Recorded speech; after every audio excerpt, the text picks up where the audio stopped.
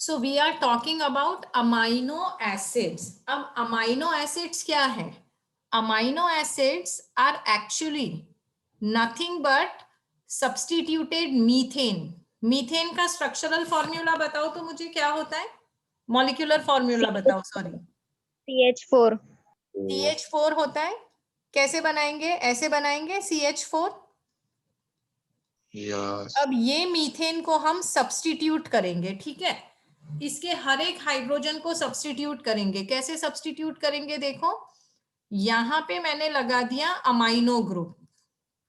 अब amino group is NH3, पर carbon के साथ जो बॉन्ड कर रहा है वो नाइट्रोजन है, वो हाइड्रोजन नहीं है। तो मैं NH3 को कैसे लिखूंगी? NH3। समझ में आया ऐसा क्यों लिखा? ऐसा इसलिए लिखा क्योंकि कार्बन और नाइट्रोजन के बीच में बॉन्ड है, हाइड्रोजन और कार्बन के बीच में बॉन्ड नहीं है। एक हाइड्रोजन सब्स्टिट्यूट हो गया। अब मैं दूसरा हाइड्रोजन सब्स्टिट्यूट करती हूँ। दूसरा हाइड्रोजन मैं सब्स्टिट्यूट कर रही हूं एसिडिक ग्रुप से। कौन सा एसिड है ये बताओ मुझे? Acetic acid. एसिटिक एसिड नहीं बोलेंगे, इसको बोलेंगे फंक्शनल ग्रुप कार्बोक्सिलिक एसिड, ठीक है ना? क्या फर्क है कार्बोक्सिलिक एसिड और एसिटिक एसिड में? ये एसिटिक एसिड है और ये कार्बोक्सिलिक एसिड फंक्शनल ग्रुप है। तो मैंने एक हाइड्रोजन को सब्स्टिट्यूट किया अमाइनो ग्रुप से, दूसरे हाइड्रोजन को सब्स्टिट्यूट किया कार्बोक्सिलिक ग्रुप से, तीसरे की जगह पे R आएगा। R का मतलब है यहां पे अलग अलग ग्रुप्स आने वाले हैं। टोटल 20 अमाइनो एसिड्स हैं आपकी बॉडी में या तो किसी भी लिविंग सिस्टम में। तो हर एक का R ग्रुप अलग अलग होगा। कहीं पे CH3 होगा, कहीं पे COOH होगा, कहीं पे सिर्फ H होगा, कहीं पे हो सकता है NH3 हो। समझ में आया? तो R ग्रुप को R इसलिए बोला है क्योंकि वो डिफर करेगा amino acid two amino acid, और ये जो H है ये ऐसा ही रहेगा। तो आपको समझ में आ गया कि अमाइनो एसिड का स्ट्रक्चर क्या है। ये अमाइनो एसिड का स्ट्रक्चर जो मैंने आपको ड्रॉ करके बताया, अब मैं आपको उसका डेफिनेशन पढ़ के बताती हूँ। तो डेफिनेशन देखो यहाँ पे क्या दिया हुआ है। Amino acids are organic compounds. Obviously, they are made up of carbon, hydrogen, oxygen. They are derived from living things, so they are organic. Containing two things. Which two things? One amino group and the other group is acidic group on the same carbon. और इस carbon को क्या बोलोगे? Alpha carbon बोलोगे। और इसीलिए ये amino acids को हम क्या बोलते हैं? अल्फा अमाइनो एसिड्स बोलते हैं। तो अब मैंने आपको जो स्ट्रक्चर दिखाया था फिर से हम यहाँ बना के देखते हैं वो स्ट्रक्चर। आप लोग हेल्प करना मुझे स्ट्रक्चर बनाने में। ये है मेरा alpha carbon. Alpha carbon, carbon की वैलेंसी कितनी होती है मुझे बताओ? 4। करेक्ट, 4 होती है। तो यहाँ पे मैं 4 बॉन्ड्स बनाऊंगी। अब फर्स्ट ग्रुप कौन सा है यहाँ पे? Amino group. तो मैं लिख देती हूँ NH3। सेकेंड ग्रुप कौन सा है यहाँ पे? Carboxyl group. तो मैं यहाँ लिख देती हूँ COOH। और फिर कौन सा ग्रुप है? H। और यहाँ पे है R। ठीक है? तो इस तरह के अमाइनो एसिड्स को अल्फा अमाइनो एसिड्स बोलेंगे and they are nothing but substituted methanes. समझ में आ गई बात? पहले 2 सेंटेंस क्लियर है सबको? चैट बॉक्स में लिख के बता दो क्लियर है या नहीं। There are 4 substituent groups occupying 4 valency positions of hydrogen। मतलब वो जो CH4 था ना, उसके चारों 4 हाइड्रोजन हमने सब्स्टिट्यूट कर दिए। किससे सब्स्टिट्यूट कर दिए? एक तो हाइड्रोजन का हाइड्रोजन ही रहा, दूसरा हो गया carboxyl group that is COO group, तीसरा हो गया amino group that is NH3 group, और जो चौथा है वो वेरिएबल है। वेरिएबल का मतलब अलग अलग अमाइनो एसिड्स में डिपेंडिंग अपॉन कि वो अमाइनो एसिड बेसिक है या एसिडिक है या न्यूट्रल है, ये आर ग्रुप अलग से रहेगा। समझ आया आपको? ओके। अब आर ग्रुप तो अलग अलग रहेंगे, लेकिन total number of amino acids कितने हैं? Total number of amino acids हैं 20। कितने टोटल नंबर अमाइनो एसिड्स हैं? 20। और ये 20 अमाइनो एसिड्स मिलके तरह तरह के प्रोटीन्स बनाएंगे। You can not imagine the variety of proteins that this 20 amino acids can make. तो ये आ गया हमारा अमाइनो एसिड का स्ट्रक्चर वापस। So R group in this proteinaceous amino acid could be, so it could be a hydrogen। तो अगर मैंने ऐसे जो बनाया था ना स्ट्रक्चर, क्या बनाया था मैंने? यहाँ पे NH3 होगा, यहाँ पे COO होगा, यहाँ पे H होगा। अब अगर ये जो R ग्रुप है, अगर R ग्रुप H है, तो वो अमाइनो एसिड का नाम क्या हो जाएगा? वो अमाइनो एसिड का नाम हो जाएगा ग्लाइसिन। समझ में आया आपको? अगर वो RH है तो कौन सा अमाइनो एसिड बन गया? ग्लाइसिन बन गया। अगर वो अमाइनो एसिड CH3 था इस तरह से, तो फिर ये क्या बन गया? तो फिर ये बन गया एलेनिन, राइट? अगर जो वो हाइड्रोक्सी मिथाइल है, हाइड्रोक्सी मिथाइल मतलब हाइड्रोक्सी ग्रुप OH होता है, तो ये OH है तो हमको क्या करना पड़ेगा? यहाँ पे एक H और सब्स्टिट्यूट हो जाएगा। तो अब ये हो गया CH2OH। तो अगर जो वो हाइड्रोक्सी मिथाइल है, तो अब ये कौन सा अमाइनो एसिड बन गया? ये बन गया सीरीन। ओके। तो डिपेंडिंग अपॉन कि कौन सा आर ग्रुप है, अलग अलग अमाइनो एसिड्स बनेंगे। हाइड्रोजन है तो ग्लाइसिन, मिथाइल है तो एलेनिन, हाइड्रोक्सी मिथाइल है तो सीरीन। स्ट्रक्चर क्लियर है? Yes, ma'am. Yes, ma'am. Okay. Now, if the structure is clear, we can talk about Zwitter ion form. देखते हैं क्या है ये Zwitter ion form. So if you see here, oh,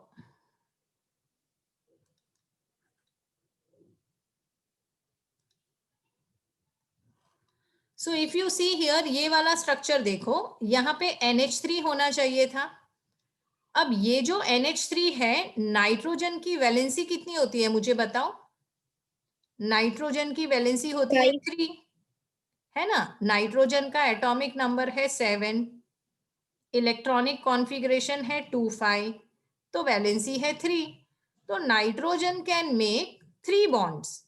तो ये वाला नाइट्रोजन ऑलरेडी 3 बॉन्ड बना लिया, 1 2 एंड 3। एक और बॉन्ड बनाया हुआ है उसने। तो एक और बॉन्ड बनाया तो क्या किया? वो बॉन्ड बनाने में, सो मतलब ये वाला 1 2 एंड 3 तो शेयरिंग से बनाए, पर ये वाला जब बॉन्ड बनाया ना, तो दोनों इलेक्ट्रॉन्स नाइट्रोजन ने ही दिए। तो ये वाला जो बॉन्ड है ये किसके साथ बनाया? प्रोटॉन के साथ बनाया। प्रोटॉन का मतलब क्या है? देखो, हाइड्रोजन के पास एक ही इलेक्ट्रॉन होता है। अगर हाइड्रोजन ने वो एक इलेक्ट्रॉन भी डोनेट कर दिया तो अब क्या बन गया? H+ बन गया। अब ये बिल्कुल कंगाल है, इसके पास कुछ भी नहीं है, एक भी इलेक्ट्रॉन नहीं है इसके पास। तो ऐसा वाला प्रोटॉन जिसके पास एक भी इलेक्ट्रॉन नहीं है, वो जब जुड़ रहा है नाइट्रोजन से, तो वो हाइड्रोजन या तो वो प्रोटॉन कुछ भी कंट्रीब्यूट नहीं कर रहा है। दोनों इलेक्ट्रॉन्स कहां से आए? नाइट्रोजन के पास से आए।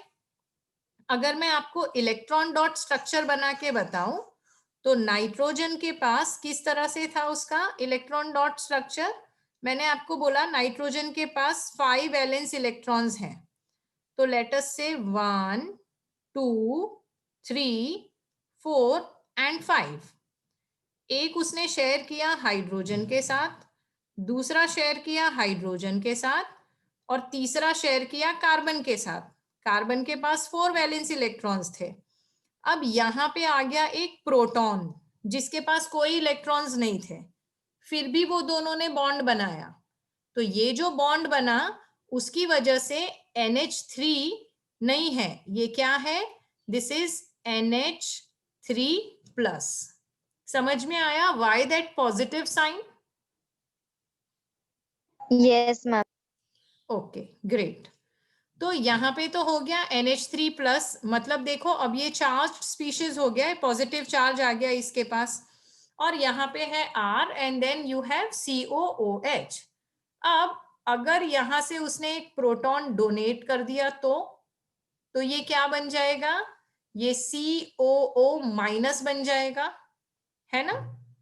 तो अब ये कैसा फॉर्म है, यहाँ पे पॉजिटिव चार्ज भी है, नेगेटिव चार्ज भी है, तो इस तरह के फॉर्म को ज्विटर आयोनिक फॉर्म बोलेंगे।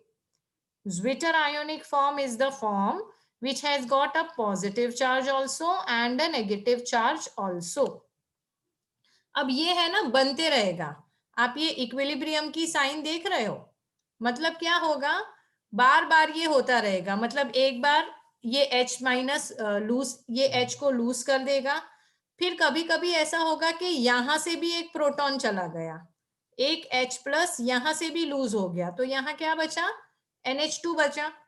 तो देखो यहाँ पे खाली पॉजिटिव चार्ज था, यहाँ पे पॉजिटिव नेगेटिव दोनों था, यहाँ पे सिर्फ नेगेटिव चार्ज था। फर्क किस बात का पड़ रहा है, एक प्रोटॉन डोनेट किया या एक प्रोटॉन एक्सेप्ट किया, सिर्फ उतना ही फर्क पड़ रहा है। तो दीज काइंड ऑफ स्ट्रक्चर्स वो बार बार होता रहेगा, कभी वो प्रोटॉन ले लेगा, कभी वो प्रोटॉन दे देगा। तो all this species are in equilibrium with each other, इसमें से ये बनेगा, इसमें से वापस ये बन जाएगा, इसमें से ये बनेगा, इसमें से वापस ये बन जाएगा। So they are in equilibrium. These are reversible reaction. समझ में आ गया आपको? पर इसमें से ज्विटर आयोनिक फॉर्म कौन सा है, ये है। अगर मैंने आपको ऐसा बोला right zwitter ion form of amino acid, तो आप B वाला फॉर्म लिखेंगे। अब मैंने आपको बताया था कि हाइड्रोजन को हम अलग अलग तरीके से सब्स्टिट्यूट कर सकते हैं। जैसे अगर H किया तो वो ग्लाइसिन हो गया, CH3 किया तो एलेनिन हो गया, CH2OH किया तो सीरीन हो गया। ये सारे स्ट्रक्चर्स आपको बनाने आने चाहिए and you should remember the name also. So that is all about amino acids. अब हम बात करेंगे लिपिड्स की। सो लिपिड्स का मतलब क्या है, देखें लिपिड्स की प्रॉपर्टीज क्या है, सबसे पहले तो वो देख लेते हैं।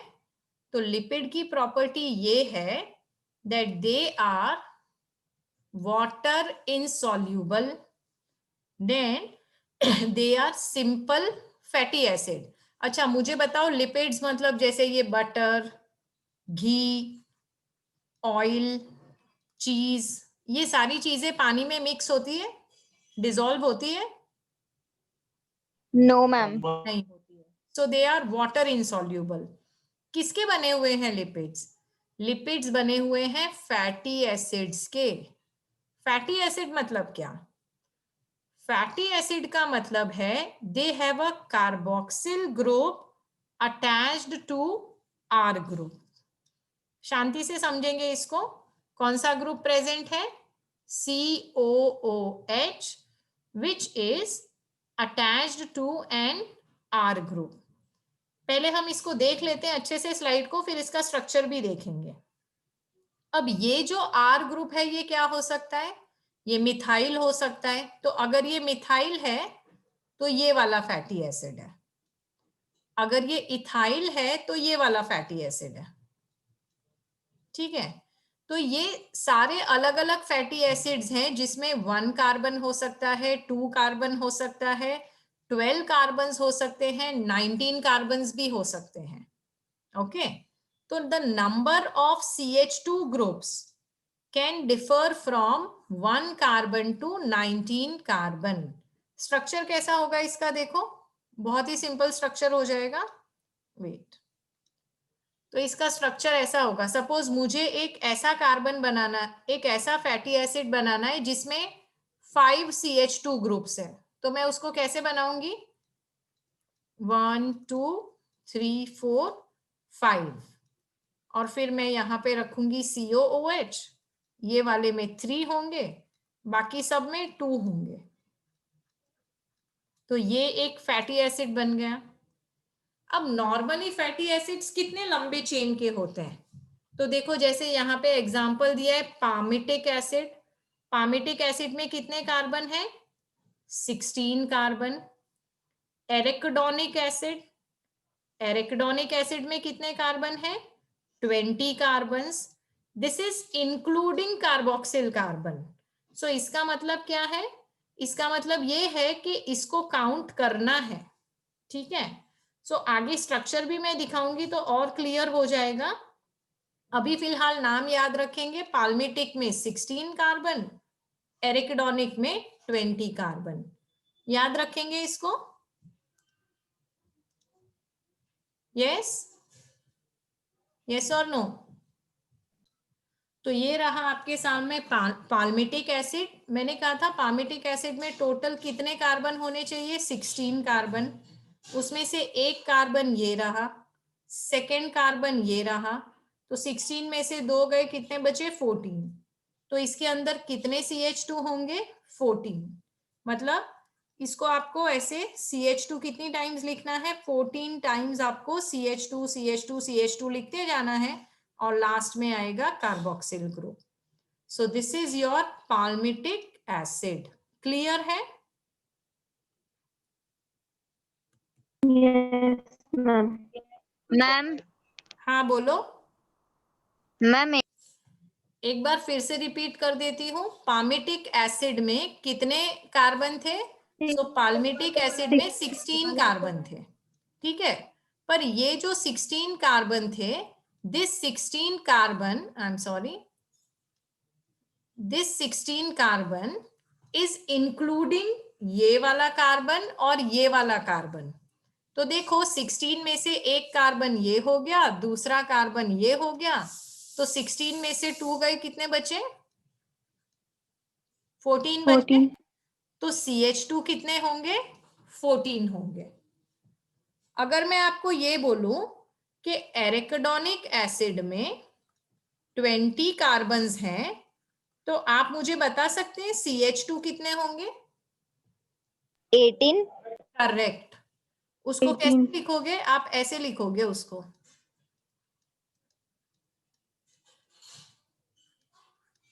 ठीक है। ये एरिकडोनिक एसिड का स्ट्रक्चर बन गया। अभी क्लियर? Yes, ma'am. ओके। और देख लेते हैं यहाँ पे क्या लिखा है लिपिड्स के बारे में। तो ये वाली स्लाइड तो क्लियर हो गई। अब देखो लिपिड्स कितने तरह के हो सकते हैं। Lipids can be saturated, that is without double bond, और unsaturated, that is with double bonds. तो मैं एक बहुत सिंपल सा फ्लो चार्ट बना रही हूं व्हाइट बोर्ड पे। तो लिपिड्स कैसे हो सकते हैं? 2 तरह के हो सकते हैं, सैचुरेटेड और अनसैचुरेटेड। सैचुरेटेड में सिंगल बॉन्ड, और अनसैचुरेटेड में डबल बॉन्ड रहेगा। और भी कोई तरीका है क्लासिफाई करने का? देखते हैं। स्लाइड दिख रही है आपको मेरी? Yes, ma'am. Another simple Yes, lipid ma'am. is glycerol, which is ट्राईहाइड्रोक्सीप्रोपेन। देखो हमने कितने तरह के, अभी तक हमने कितने लिपिड्स देख लिए? कितने लिपिड्स देखे हमने? एक देखा था पाल्मिटिक एसिड, जिसमें 16 कार्बन थे। दूसरा देखा था एरिकिडोनिक एसिड, जिसमें 18 कार्बन थे। अब lipids can also be of the type of glycerol. Glycerol का मतलब क्या है देख लेते हैं। सो व्हेन आई से ग्लिसरॉल, मैम पाल्मिटिक में 14 नहीं आएंगे? 16 14 आएंगे। कार्बन। नहीं नहीं, 16 आएंगे टोटल, 14 तो CH2 थे, ठीक है। मैम तो फिर उसमें उसमें 20 कार्बन आएंगे ना, आपने 18 लिखा है। बेटा CH2 18 आएंगे, 18 CH2, एक CH3 और एक COOH, तो 18 + 2 20। बताऊं फिर से ड्रॉ करके? ओके नो मैम, पता चल गया। Okay, so now another simple lipid is glycerol, which is trihydroxypropane. कैसे बनाते हैं trihydroxypropane? So trihydroxypropane, अच्छा यहाँ नहीं बनाती हूँ, I will make it on the board only. तो trihydroxypropane, प्रोपेन मतलब कितने कार्बन? 3 कार्बन। करेक्ट, प्रोपेन मतलब 3 कार्बन। हाइड्रोक्सी मतलब कौन सा ग्रुप? OH। OH group. तो यहाँ पे ट्राई हाइड्रोक्सी प्रोपेन, तो 3 हाइड्रोक्सी ग्रुप होने चाहिए। अब इसको कंप्लीट करेंगे, स्ट्रक्चर को क्या होना चाहिए? ये CH2 होना चाहिए, ये 1 2 3 4 1 2, ये H ही होना चाहिए, है ना? इसने ऑलरेडी 3 बॉन्ड्स बनाए हैं, तो ये this should be only H, क्योंकि ये देखो इसके 4 बॉन्ड्स बन गए, और ये होना चाहिए H2। ठीक है, तो ये मैंने क्या बनाया? ये मैंने बनाया ग्लिसरॉल, या तो इसको बोलेंगे ट्राई हाइड्रोक्सी प्रोपेन। तो glycerol is also a type of fatty acids only, it's a type of lipid, sorry not fatty acid, lipid. हाँ, कोई कुछ पूछ रहा था?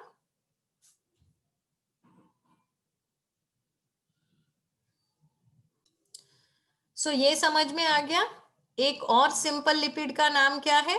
ग्लिसरॉल। और उसको हम और क्या बोल सकते हैं? ट्राईहाइड्रोक्सी प्रोपेन। तो देखो लिपिड्स में या तो फैटी एसिड्स हो सकते हैं, या तो ग्लिसरॉल हो सकता है। बहुत सारे लिपिड्स ऐसे हैं जिसमें दोनों हैं, ग्लिसरॉल भी है और फैटी एसिड्स भी है। तो ग्लिसरॉल और फैटी एसिड दोनों के बीच में बॉन्ड कौन सा है? दोनों के बीच में एस्टर बॉन्ड है, दे आर एस्टरिफाइड। अब मुझे बताओ एस्टर कौन सा फंक्शनल ग्रुप था? Ester is which functional group? HCOOH। Ester वो COO, याद है 10th स्टैंडर्ड में आपने पढ़ा था एस्टरिफिकेशन रिएक्शन। किन दोनों चीजों को मिलाने से एस्टर बनता है? अल्कोहल और कार्बोक्सिलिक एसिड। याद आया आपको?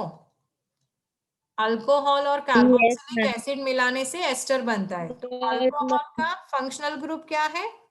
OH। और कार्बोक्सिलिक एसिड का क्या है? COOH। तो यहाँ पे देखो OH है और फैटी एसिड में COOH है, उन दोनों को मिला के फैटी एसिड्स बनेंगे, उसमें एस्टर बॉन्ड होगा, और इस तरह के फैटी एसिड्स भी पॉसिबल हैं। देखते हैं कैसे।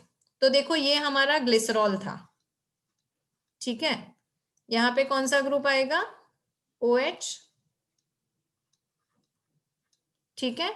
यहाँ पे आ जाएगा H2, यहाँ पे H, और यहाँ पे भी H।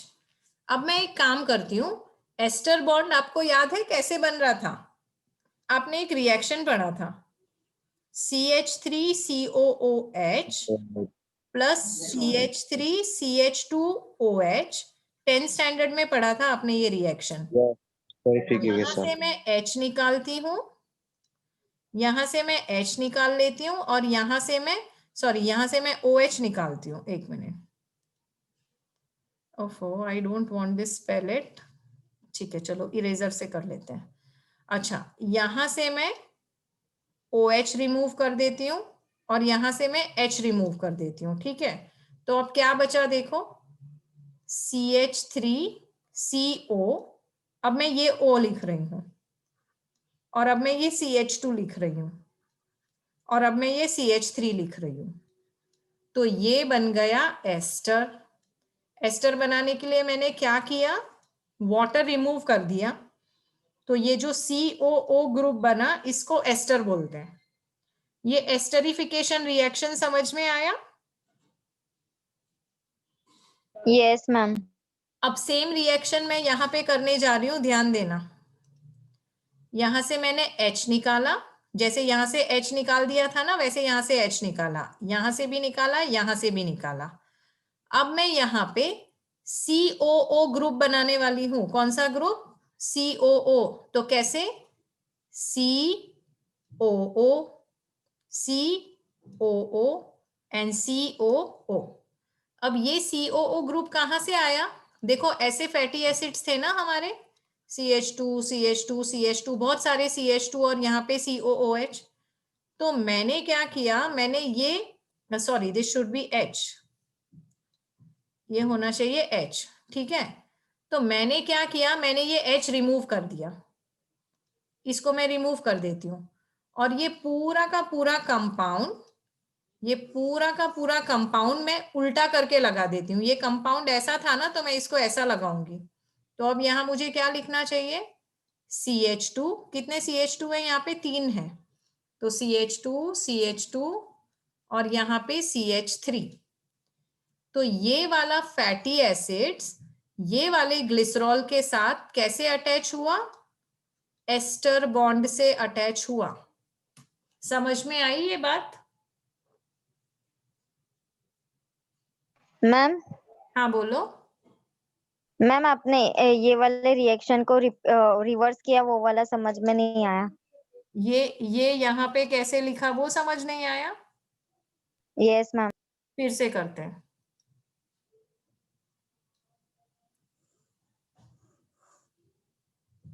समझो मेरे पास एक फैटी एसिड्स था, ठीक है। कौन सा फैटी एसिड था मेरे पास? CH3, CH2, CH2, CH2, COOH। ये फैटी एसिड को मुझे ग्लिसरॉल के साथ लगाना है। तो उसके लिए मुझे क्या करना पड़ेगा? ये हाइड्रोजन को यहां से रिमूव करना पड़ेगा और ये OH को यहां से रिमूव करना पड़ेगा। तो वो वाटर के फॉर्म में बाहर निकल गया। तो अब मैं इसको रिमूव कर देती हूँ। मैंने ये H यहां से रिमूव किया और यहां से OH रिमूव किया। क्या बचा मेरे साथ? अब मैं इसको उल्टा लिखूंगी, ठीक है। पहले मैं लिखूंगी O, फिर मैं लिखूंगी C, फिर मैं 3 CH2 लिखूंगी और फिर मैं CH3 लिखूंगी। अब समझ में आया? Yes ma'am. ये मैंने पहला फैटी एसिड लगाया। अब यहां पे मैं दूसरा भी लगा देती हूँ और मैं एक तीसरा भी लगा देती हूँ।